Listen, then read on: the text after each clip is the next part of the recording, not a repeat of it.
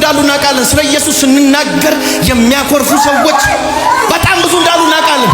እዚህ ጋር በተያያዘ ክርስቶስ ኢየሱስ ያስታረቀን ከማን ጋር ነው አለ? ከሰይጣን ጋር። ወይ ጠጅ፣ አረቄ፣ ጠላ የቱ ነው? ከሶስቱ አንዱ ነው መቼም እንደዚህ የሚያደርገውና I want to say thank you Jesus. Thank you so much. እኔ ብዙ ጊዜ አርቲስቶችና ታዋቂ ሰዎች አደባባይ ላይ ስለ ጌታ ኢየሱስ ክርስቶስ ሲመሰክሩ አላይም። ይህንን ማንም ሰው ሊሞግተኝ ይችላል። የልደት በዓልን ምክንያት አድርጎ ገና መላጣ ሰውዬ በሰዎች ምናብ ውስጥ እንዲሳል ያደረገ ህፃናት በሙሉ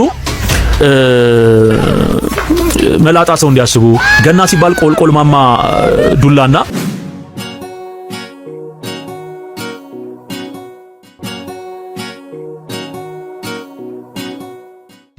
ሰላም እንዴት ናችሁ? የኢየሱስ ስም የተባረከ ይሁን። ኢየሱስ ብቻውን ያድናል። ይሄንን ቪዲዮ እኔን የምትወዱኝ ሰዎች ጨርሳችሁ የማየት ግዴታ አለባችሁ ለማለት ይከብዳል። በጸባይ ግን ጨርሳችሁ የማየት ግዴታ አለባችሁ። ኢየሱስ ብቻውን ያድናል። ይሄንን ጉድ ስሙ። ላይክ እያደረጋችሁ ይሄንን ጉድ ስሙ። ዋሴን አጣቀው ማነው ዋስ? ኢየሱስ። የትኛው? የናዝሬቱ ኢየሱስ በመስቀል ላይ ስለኔ ኃጢአት ሞቶ እኔን ነፃ ያወጣኝ ኢየሱስ። እስቲ አሜን በሏ። ከሰይጣን አይደለም እኮ የሚያድነ ከእግዚአብሔር ነው የሚያድነ። ከሰይጣን አይደለም እኮ የሚያድነ ከእግዚአብሔር ነው የሚያድነ። በነገራችን ላይ ይህንን ቪዲዮ ብዙ ኦርቶዶክሳውያን ባለማወቅ ትሬንድ አድርጋችሁት ለብዙ ሰው ስታስተላልፉት እያየው ነበረ። እኔ የሚገርመኝ ነገር ቤተክርስቲያን በቂ የሆኑ መምህራኖች እያሏት፣ በቂ የሆኑ ሊቃውንቶች እያሏት የቤተክርስቲያንን ትምህርትን አለማወቅ በጣም ነው የሚያመኝ። አለማወቅ ከተጠያቂነት አያድንም። ክርስቶስ ኢየሱስ አንድ ቦታ ምን ይላል መሰላችሁ? ሕዝቤ እውቀት ከማጣቱ የተነሳ ምን አለ? ጠፋ አለ። ለማወቅ መጣር እንጂ ባለማወቅ የአጋንንትን ትምህርትን ማስተላለፍ በራሱ ሰይጣንን ማገልገል ነው ብዬ አስባለሁ። እዚህ ጋር ነብይ ጥላውን ምን ብሎ ነው ያስተላለፈው? ነብይ ጥላውን ዋስ ነው። አዎ ክርስቶስ ኢየሱስ ዋሳችን ነው፣ ጠበቃችን ነው። ከራሱ ጋርም ታርቀናል በደሙ፣ ደግሞም ከአባታችን ከአብ ጋርም ታርቀናል በደሙ።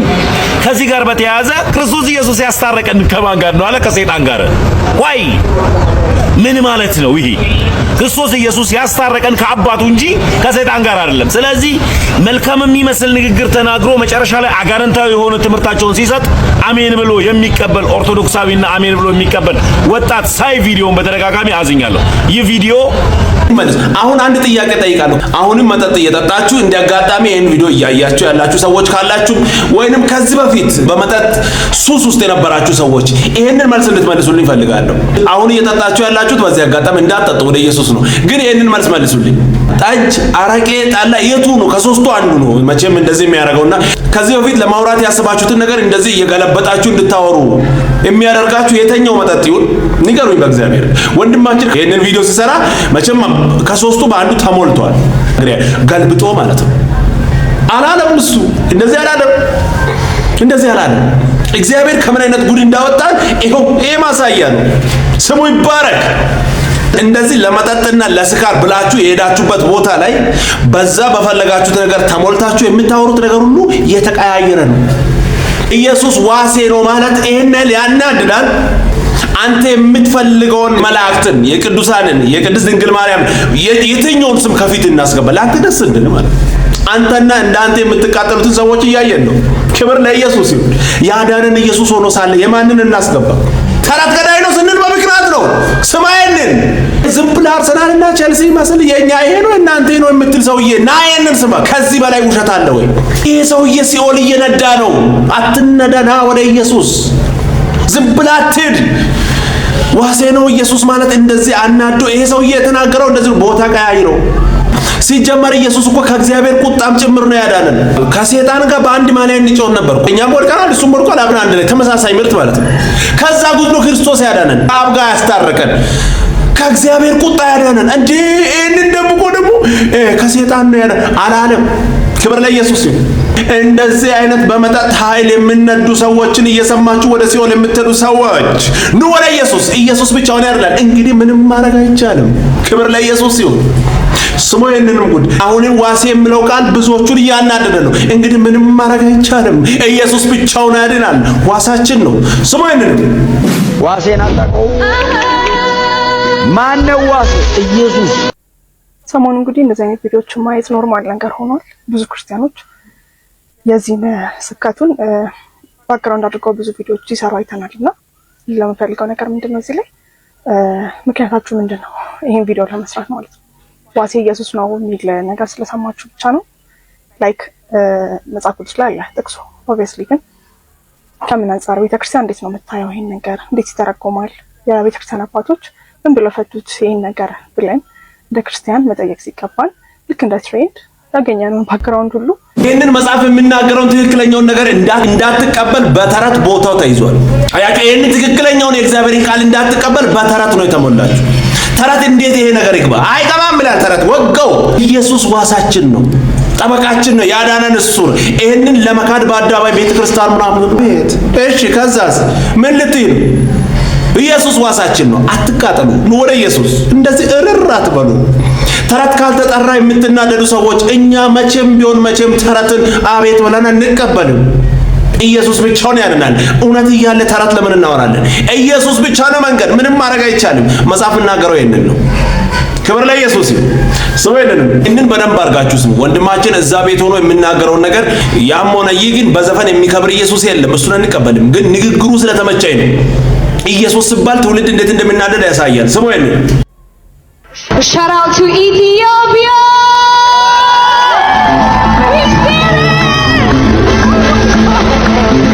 Yeah, let me just say, I want to say thank you, Jesus. Thank you so much. I couldn't be here without you.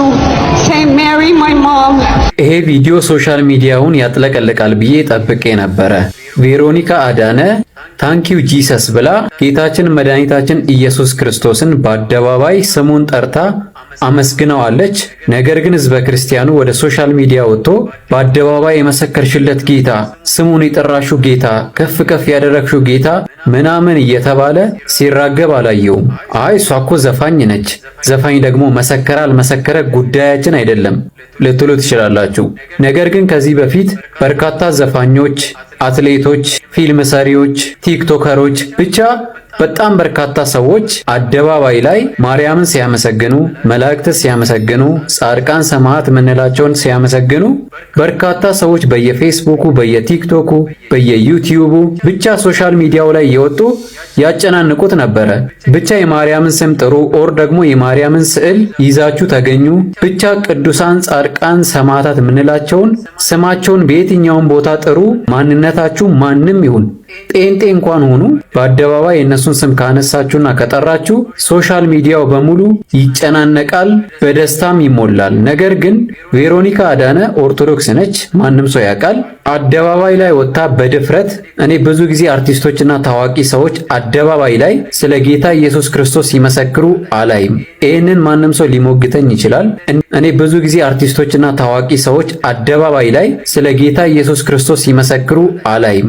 ይህንን ማንም ሰው ሊሞግተኝ ይችላል። እንደዚህ አይነት አጋጣሚ ተገኝቶ ደግሞ የጌታ ስም ሲጠራ ስለሱ ሲመሰከር ልክ እንደዛው ማንም ሰው ሶሻል ሚዲያውን አያጨናንቀውም፣ ጸጥ ነው የሚባለው። ለምን? ጌታ ስለሆነ፣ ስላዳነን፣ ስለሞተልን በአደባባይ ላይ ራቁቱን በእኛ ሳያፍር ያን ሁሉ መከራና ስቃይ ስለተቀበለ ነው። እኔ ሁል ጊዜ በዚህ ነገር በጣም ነው ማዝነው። ማንም ሰው ሼር አያደርገውም፣ ማንም ሰው በዚህ ነገር ሲደሰት አላይም። ምንድነው ምክንያቱ?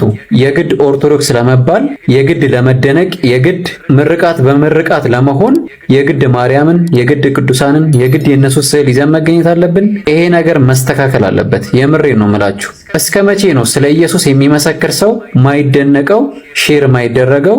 እንደውም በተቃራኒው እስከ መቼ ነው መናፍቅ ጴንጤ ምናምን የሚባለው? እስከ መቼ? ግዴታ የተዋህዶ ልጅ ለመባል ኦርቶዶክስ ለመባል ስለ ቅዱሳን ብቻ ማውራት አለብኝ? የእነሱን ስዕል ብቻ ይዤ መገኘት አለብኝ? በልጁ ንግግር ላይ አንዳንድ ነገሮች መስተካከል አለባቸው። ጥሩ ነው ግን የሚያስብበት መንገድ ግን ጥሩ ነው። ክብር ለኢየሱስ ይሁን። ግዴታ ስዕል ይዘን መገኘት የለብንም እስከ መጨረሻ። የማንንም ስዕል የማንንም ፎቶ የለማ። ዘፋኝ በአደባባይ ላይ ወጥቶ ኢየሱስን ባያመሰግን ለዘፈን እግዚአብሔር ይረዳል ብዬ አላስብም። ሳይሆን ከናካቴ አያርቅም። እንደዚህ አይነት እርዳታ የለም ከእግዚአብሔር ዘንድ። ለርኩሰት የሚደግፍ አምላክ የለም። ዋና ሐሳቤ ግን ልጁ የሚያነሳው ነገር ኢየሱስ ሲባል እስከ መቼ ነው የምትደነግጡት? ኢየሱስ ሲባል እስከ መቼ ነው ዝም የምትሉት? በዛች ቦታ ላይ የቅዱሳን ስም ወይ የቅድስት ድንግል ማርያም ስም ተነስቶ ቢሆን ኖሮ እስካሁን ኢትዮጵያ ውስጥ ምን እንደሚፈጠር አስባችኋል? የኢየሱስ ስለተባለ ዝም። እስከ መቼ ነው ኢየሱስ ጌታ ነው ሲባል እየተናደዳችሁ? መናፍቅ አይባልም እኮ አዳኝ እሱ ነው። ሕይወት እሱ ነው እኮ። ጴንጤን ስለምጠሉ ቀጥታ ጥላቻን ወደ ኢየሱስ የሚያዞራችሁ እኮ እየመሰለኝ ነው። ካልሆነ ኢየሱስ ጌታ ነው ሲባል እንዴት ነው ዝም የምትሉት? የኢየሱስ ስም ብቻ ተነክቶ ይነሳ የትኛውም አጀንዳ አይነካም፣ አይወራም፣ ዝም ነው የሚባለው። ነገር ግን አዳኝ ኢየሱስ ነው። በውሸት መዓት እላዩ ላይ ብንሸፍን ብንከምር ኢየሱስ የሚባል ስም እውነተኛ ስለሆነ ሊሸፈን ሊደበቅ አይችልም። ብቻውን ያድናል። የማንም አስተዋጽኦ አያስፈልግም። እንግዲህ ምንም ማድረግ አይቻልም። ክብር ለኢየሱስ ይሁን። ሰውየንም ስለ ኢየሱስ የሚነግረኝ ሰው እፈልጋለሁ። ኢየሱስ ቤዛ መሆኑን፣ ጌታ መሆኑን፣ አምላክ መሆኑን፣ ስለኛ በመስቀል ላይ ተሰቅሎ ሕይወት መስጠት እንደቻለ የሚነግረኝ ሰው እፈልጋለሁ። ኢየሱስ ያድናል ብቻ ብሎ ነካክቶ የሚነግረኝ ሰው አልፈልግም። ስለ እናቱ በደንብ አውቃለሁ። ስለ መላእክቱ በደንብ አውቃለሁ። ስለ ጻድቃን ሰማዕታት፣ ቅዱሳን በደንብ አውቃለሁ። እንደ ሶፍትዌር ተጭኖብኛል። ስለ ኢየሱስ ግን የሚነግረኝ ሰው እፈልጋለሁ። በብዛት በልቤ አለት ውስጥ ተተክሎ ለዘላለም እንዲኖር ማድረግ ስለምፈልግ፣ ነክሶ እንዲቆይ ስለምፈልግ ስለነሱ ስለሱ የሚነግረኝ ሰው እፈልጋለሁ። ሼር፣ ሪፖርት፣ ኮፕሊንግ አድርጋችሁ ስለ ኢየሱስ በደንብ በስፋት የሚነግረኝ ሰው፣ አምላክ መሆኑን፣ ቤዛ መሆኑን፣ መከራ መቀበል እንደቻለ የሚነግረኝ ሰው እፈልጋለሁ። ሼር፣ ሪፖስት፣ ኮፕሊንግ አድርጉት። ይሄንን መልእክት በደንብ አድርጋችሁ ሼር አድርጉ ለዚህ ወንድማችን እንድደርስ። ጌታ ኢየሱስን ለማወቅ ያሰብክበት መንገድ ተመችቶኛል።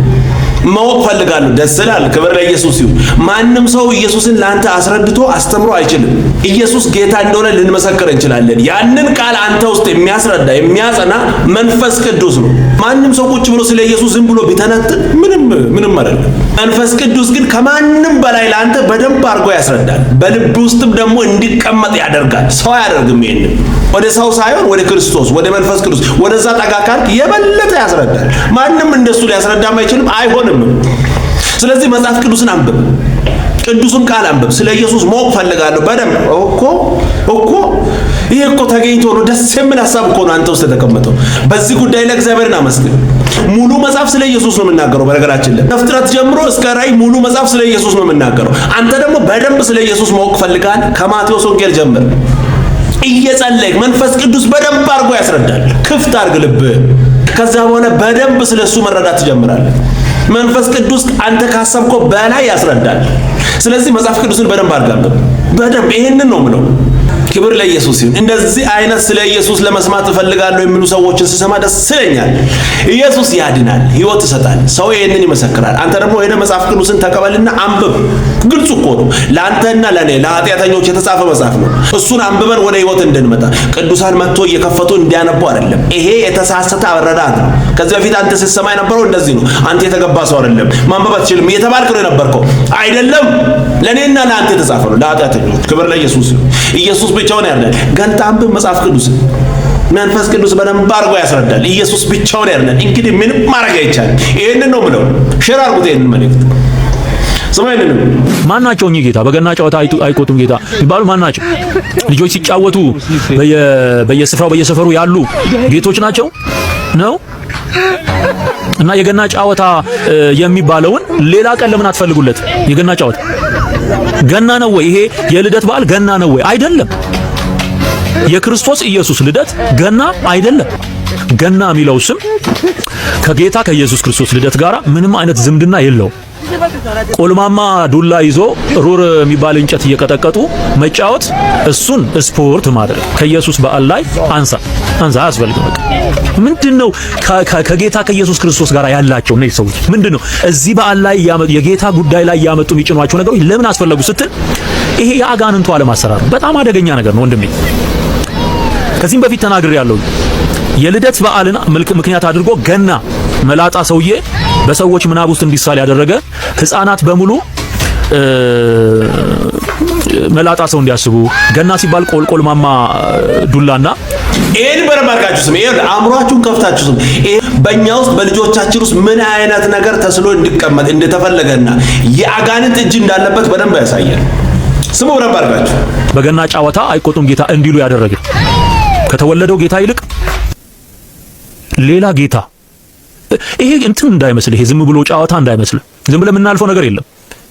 ሌላ በክርስቶስ ኢየሱስ ቀን አይቆጡም ጌታ ተብለው የሚጠሩ እርሶ እየተባሉ የሚጠሩ ሰውዬ በገና ጨዋታ ይሄ የጨዋታ ቀን አይደለም።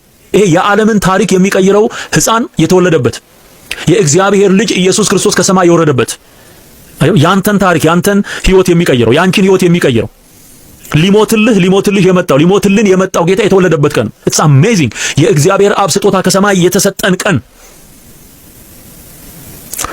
ይሄ በነቢያት መጽሐፍ ሲጻፍ የነበረ ትንቢት ሲነገርለት የነበረ እንጂ አሁን በመድራችን ላይ እንደምናየው የገና ጨዋታ ጉዳይ አይደለም። ኖ ወንጌል ነው መሰበክ ያለበት። ኢየሱስ ነው መነገር ያለበት። ኢየሱስ የመጣው ሊያድንህ ነው ሊሞትልህ ነው የመጣው የሚለው ለሰዎች መነገር አለበት። ሕይወት በመጣበት ዕለት ሞት የሚታወጅለት ዳንኪራና ዘፈን መጠጥና ድግስ የሚነገረው የማይወጣው ኢየሱስ ሕይወት ውስጥ የሚገባ ጨለማና ዳንኪራ ውስጥ የሚያሳልፍ ብዙ ሕዝብ አለ። በገና ጨዋታ አይቆጡም ጌታ እያለ ኃጢአትን ተጸይፎ ኃጢአትን በልጁ ለመቅጣት በዚህ ቀን ልጁን የሰጠውን እግዚአብሔርን ክዶ ሌላ አይነት ጨዋታ ሌላ አይነት ፒክቸር የፈጠረ አካሄድ ነው ያለው። ይሄ ሲሪየስ ነው፣ በጣም ሊሰመርበት የሚገባ ነው። በዓልን ጠብቆ ይሄ በዓል አዘጋጅቶ የእግዚአብሔርን ቃልና የእግዚአብሔርን እውነት የሚቃወም ስራ መስራት በነፍስም በስጋም የሚያስጠይቅ ነው። ሊመራችሁ ይችላል። እውነታው ግን ይሄ ነው። ይሄ ከጀርባ የሆነ እጅ አለ። ክርስቶስን ጥለ የሆነ ሰውዬን ስለ እንድታስቀምጥ እውነትም ብላል። ጨዋታ ነው በቃ ዱላ ይዘህ ምናምን የምትልበት ነው ገና። ይሄንን ሰውዬው አስቀምጠ መላጣስ ክብር ለኢየሱስ ይሁን። አይደለም ክብር ለኢየሱስ ይሁን። ወንጌል ነው መነገር ያለበት። ደስ የሚል ቆንጆ መልእክት። ኢየሱስ ያድናል። ስሙ ያድነው። በጣም ብዙ የሚከፋቸው ሰዎች እንዳሉ እናውቃለን። ስለ ኢየሱስ ስንናገር የሚያኮርፉ ሰዎች በጣም ብዙ እንዳሉ እናውቃለን። በጣም በተለይ ሀገራችን ኢትዮጵያ የክርስቲያን ደሴት የምትባል ሀገር ነች። ነገር ግን ስለ ኢየሱስ ስትናገሯቸው በጣም ብዙ ሰዎች ያኮርፋሉ፣ ያዝናሉ። ምንም ልንረዳችሁ አንችልም። ብቸኛ ኢየሱስ ጌታ ነው። እንግዲህ ምንም ልንረዳችሁ አንችልም። ኢየሱስ ብቻውን ያድናል።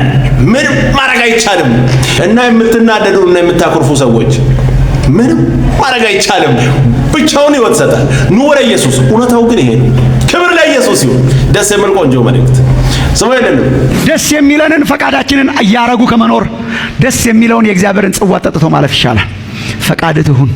የመረጥኩት ሳይሆን የመረጠው እንዲሆን የኔና የናንተ እንጀራ የእግዚአብሔር ፈቃድ ስለሆነ መጨረሻ ላይ አልቲሜትሊ ማናፍርበት የእግዚአብሔርን ሐሳብ አገልግሎ ማንቀላፋት ስለሆነ ክብር ሁሉ ለኢየሱስ ይሁን። ደስ የሚል ቆንጆ መልእክት። ኢየሱስ ብቻውን ያድናል። እንግዲህ ምንም ማድረግ አይቻልም።